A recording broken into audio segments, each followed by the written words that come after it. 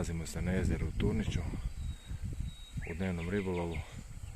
Jedini cilj ovog ribolova je da testiramo dvije vrste novih boba, da vidimo žutulja i nekakva pinki bobica, da vidimo da li to radi i da li će to raditi, da li će to biti prihvatljivo. Prvo test. Pojedemo vidjeti što mi danas možemo na tu bobicu izvaditi. Samo s tim hranimo i samo s tim lovimo.